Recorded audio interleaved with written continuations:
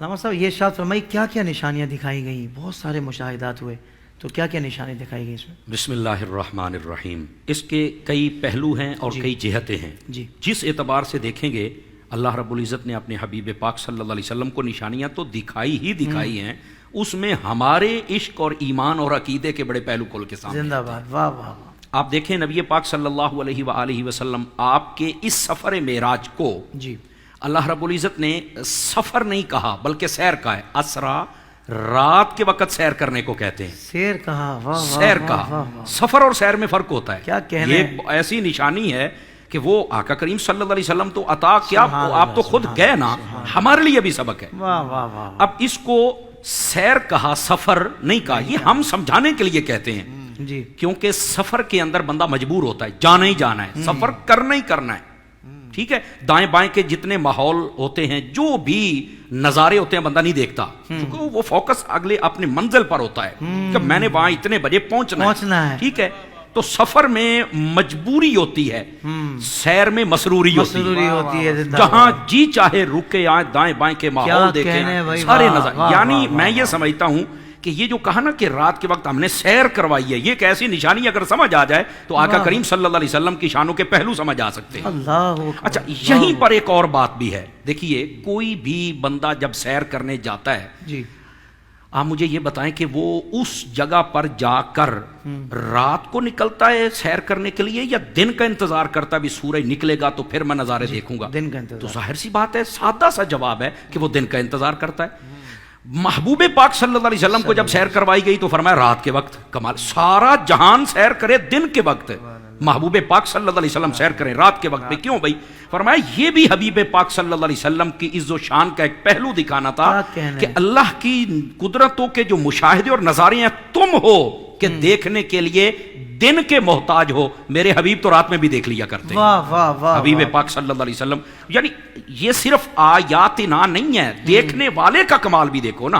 اللہ رب العزت نے محبوب پاک صلی اللہ علیہ وسلم کو بھی یہ کمال عطا فرمایا. اور صرف یہاں تک بات نہیں ہے، آقا کریم صلی اللہ علیہ وسلم آپ کا جب سفر شروع ہوتا ہے تو آقا کریم علیہ السلام بڑے بڑے نظارے اور مشاہدے اللہ کی قدرت کے کرتے ہیں. آپ نے ایک منظر دیکھا، ایک شخص ہے اس کے سر پر ہتھوڑا مارا جا رہا ہے. یہ واقعات صرف اور صرف ایک پہلو کے نہیں ہیں، کچھ کا تعلق ہماری اصلاح کے ساتھ بھی ہے. جو آقا کریم علیہ السلام کو یہ مشاہدے کروائے گئے، اس کے سر پر جب ہتھوڑا مارا جاتا ہے اس کا سر بکھر جاتا ہے، پھر دوبارہ اس کو صحیح کیا جاتا ہے، پھر اس کے اوپر مارا جاتا ہے، پھر بکھر جاتا ہے. تو آپ نے جبرائیل امین علیہ السلام سے پوچھا یہ کون ہے، کیا ہو رہا ہے؟ تو اس نے کہا یا رسول اللہ صلی اللہ علیہ وسلم، یہ آپ کی امت کے وہ لوگ ہیں نماز کے وقت جو اپنے آپ کو بوجھ محسوس کرتے ہیں نا، یہ وہ لوگ ہیں. اب یہاں پر بھی کسی کی نبض نہ پھڑکے کہ آپ جبرائیل امین علیہ السلام سے کیوں پوچھتے تھے، ہمارا تو نظریہ ہے کہ آقا علیہ السلام کو علم پاک ہے، تو پھر کیوں پوچھتے ہیں؟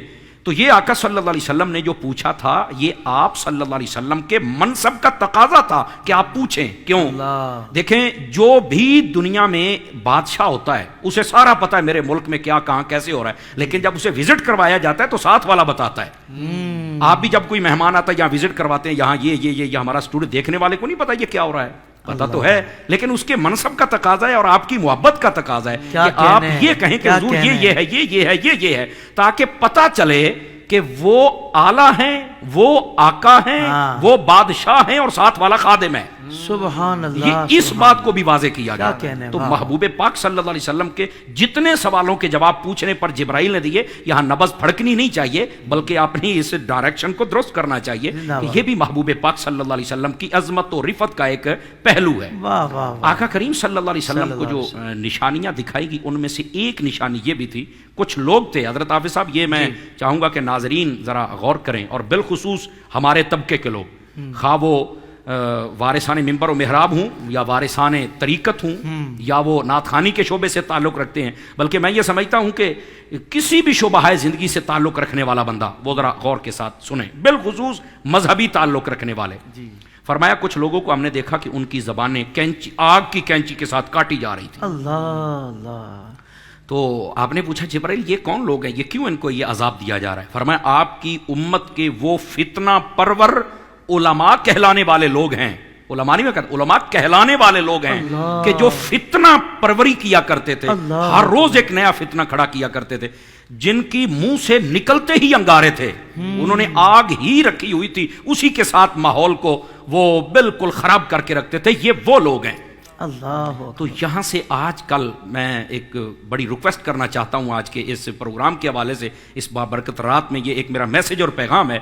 پاکستان اس وقت ویسے ہی بڑے عجیب حالات سے گزر رہا ہے، ایسے موقع کے اندر یہ انارکی پھیلانا، یہ اپنے ملک کے علماء کو تنگ کرنا، اپنے تاجروں کو تنگ کرنا، اپنی افواج کو تنگ کرنا، اداروں کو تنگ کرنا، رینجرز کو تنگ کرنا، ماحول کو تنگ کرنا، خود تنگ ہونا، بچوں کو تنگ کرنا، عورتوں کو، مطلب یہ کیا کیا ہو رہا ہے؟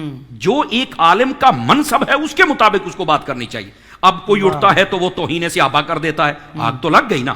کوئی اٹھتا ہے تو وہ توہین اہل بیت کر رہا ہے، آگ تو لگ گئی نا۔ کوئی اٹھتا ہے نبی پاک کی کسی نسبت کا انکار کر رہا ہے، کوئی اٹھتا ہے کسی نسبت کا انکار کر رہا ہے۔ خدا را مہربانی فرمائیں، اس ملک پر رحمت فرمائیں۔ یہ قبر و حشر میں جب جائیں گے تمہاری آنکھیں تو کھل ہی جائیں گی، سمجھ آئی نا؟ یہ جو چند ٹکوں کی خاطر تم یہ کام کر رہے ہو، خدا کا خوف کریں، اپنی آخرت بھی برباد نہ کریں، اور میرے وطن عزیز کے جو سکون ہے اس کو بھی برباد نہ کریں۔ تو یہاں سے ان کے لیے یہ بہت بڑا سبق ہے۔ اللہ تعالیٰ بس ہمیں سمجھنے کی توفیق عطا فرمائے۔ نشانیاں تو اور بھی بہت زیادہ ہیں، یہ صرف سبق کے طور پر تھی جو میں نے آپ کی خدمت میں عرض کی ہے۔ اللہ اکبر، سبحان اللہ، سبحان اللہ۔